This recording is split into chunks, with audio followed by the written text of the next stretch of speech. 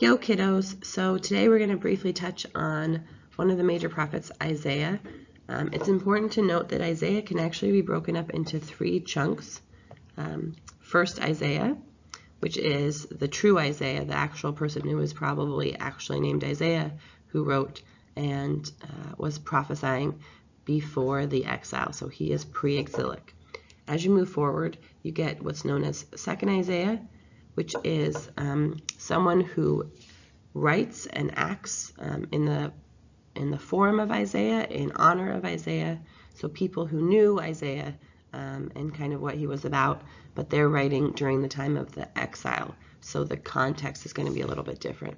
And then finally, third Isaiah are also followers and disciples of Isaiah who are trying to embody him and his messages, but they're doing it after the Babylonian exile. So Isaiah can actually be broken up into three chunks. So it's one book, but really it's three different prophets and three different time periods. So this first Isaiah, dude, the original Isaiah, the true Isaiah.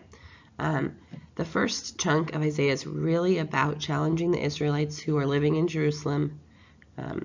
Again, the northerners are gone, so he's trying to really challenge them to do some of the things we've talked about that prophets do. So first, to eliminate the injustice between the rich and the poor. The rich have been getting wealthy off the poor's backs.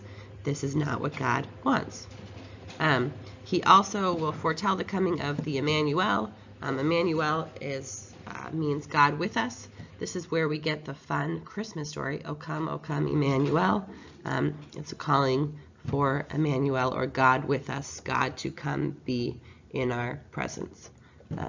And so if you want to look a little bit more at that Christmas song, I put it in our OneNote content library along with the Pentatonics link.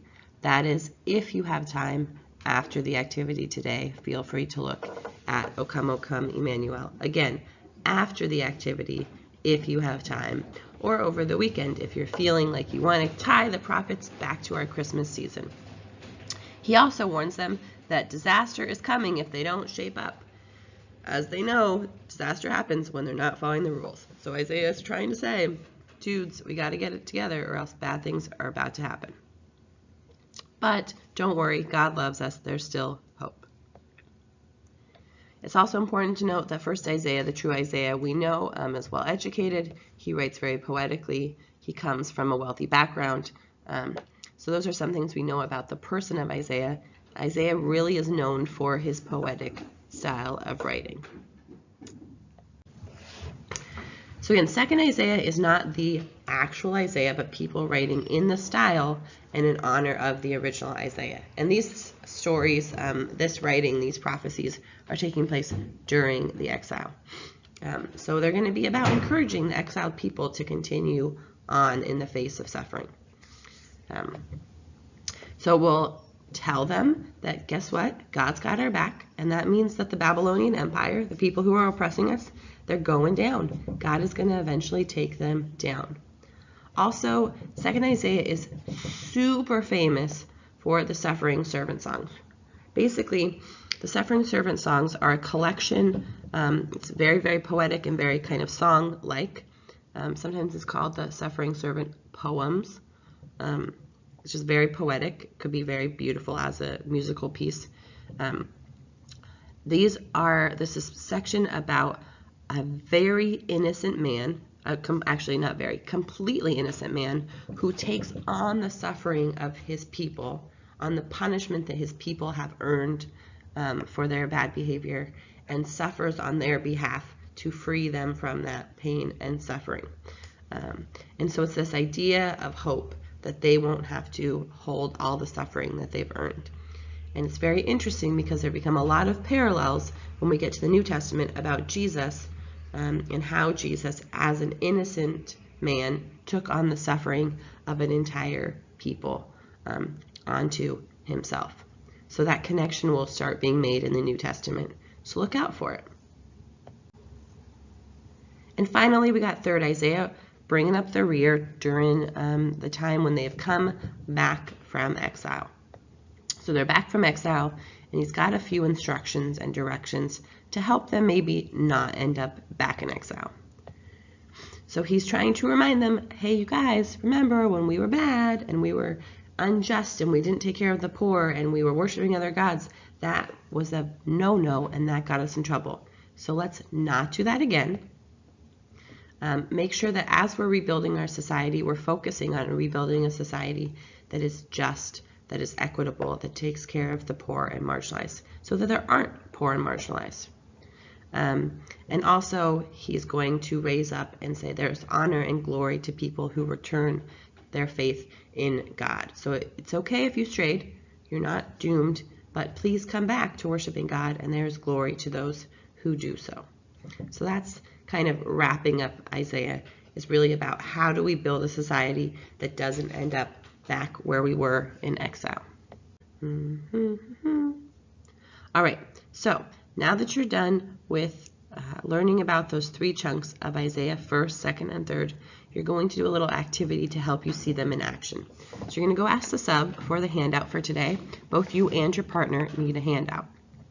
On the handout are sections from both, or from all 1st, 2nd, and 3rd Isaiah.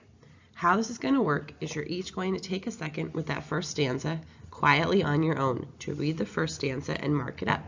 Write any questions or kind of takeaways. Then, after you've both read the first stanza and marked up your own paper, you're going to switch papers. You're going to read what your partner wrote on their first stanza, and then you're going to read and annotate and write over and put notes on the second stanza on their paper.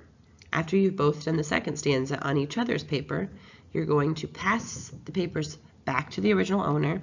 They're going to read the notes you wrote on their second stanza. Then they're going to write on their third stanza. After you both have written on the third stanza, you're going to pass it to your partner. They're going to read and respond to your third stanza, write on your fourth stanza, etc., etc. So you should be passing them back and forth after each stanza.